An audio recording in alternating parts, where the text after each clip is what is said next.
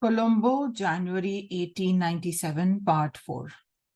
And herein is the explanation of the most remarkable phenomena that is only witnessed here. All the various sections, apparently hopelessly contradictory, yet living in such harmony. You may be a dualist, and I may be a monist. You may believe that you are the eternal servant of God, and I may declare that I am one with God Himself.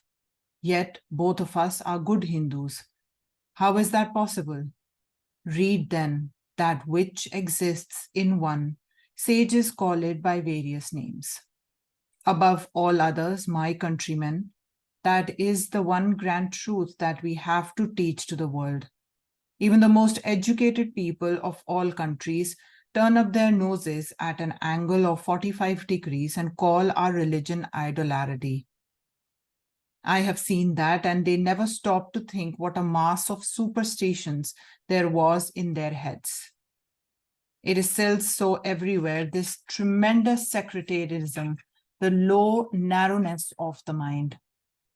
The thing which a man has is the only thing worth having.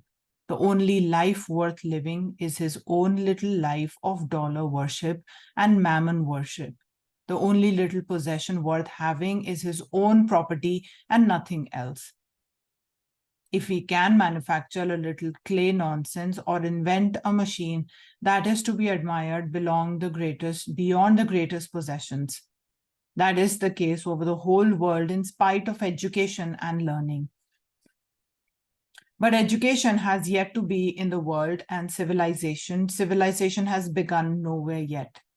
99.9% of the human race are more or less savages even now. We may read of these things in books, and we hear of toleration in religion and all that, but very little of it is there yet in the world. Take my experience for that. 99% do not even think of it. There is tremendous religious persecution yet in every country in which I have been, and the same old objections are raised against learning anything new.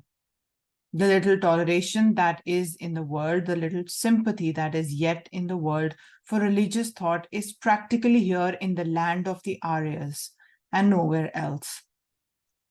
It is here that Indians build temples for Mohammedans and Christians, nowhere else. If you go to other countries and ask Mohammedans or people of other religions to build a temple for you, see how they will help. They will instead try to break down your temple, and you too if they can. The one great lesson, therefore, that the world wants most, that the world has yet to learn from India, is the idea not only of toleration but of sympathy. Well has it been said in the Mahitma Stotra, as the different rivers taking their start from different mountains, running straight or crooked, at last come onto the ocean.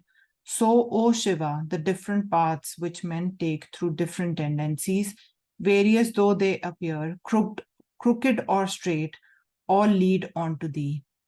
Though they may take various roads, all are on the way. Some may run a little crooked, others may run straight, but at last they will all come on to the Lord, the One. Then and then alone is your bhakti of Shiva complete, when you not only see him in the linga, but you also see him everywhere. He is the sage, he is the lover of Hari who sees Hari in everything and in everyone. If you are a real lover of Shiva, you must see him in everything and in everyone.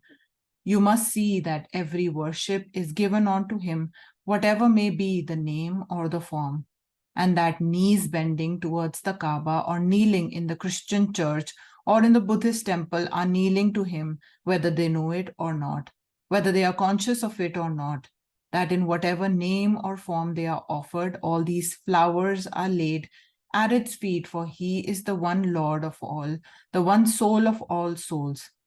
He knows infinitely better what this world wants than you and I. It is impossible that all difference can cease. It must exist. Without variation, life must cease. It is this clash, the differentiation of thought, that makes for light, for motion, for everything. Differentiation, infinitely contradictory, must remain, but it is not necessary that we should hate each other. Therefore, it is not necessary, therefore, that we should fight each other. Therefore, we have again to learn the one central truth that was preached only here in our motherland, and that has to be preached once more from India. Why? Because not only is it in our books, but it runs through every phase of our national literature and is in the national life. Here and here alone, it is practiced every day, and any man whose eyes are open can see that it is practiced here and here alone. Thus, we have to teach religion. There are other and higher lessons that India can teach, but they are only for the learned. The lessons of mildness, gentleness, forbearance, toleration, sympathy, and brotherhood, everyone may learn, whether man, woman, or child, learned or unlearned, without respect of race, caste, or creed. They call thee by various names, thou art one.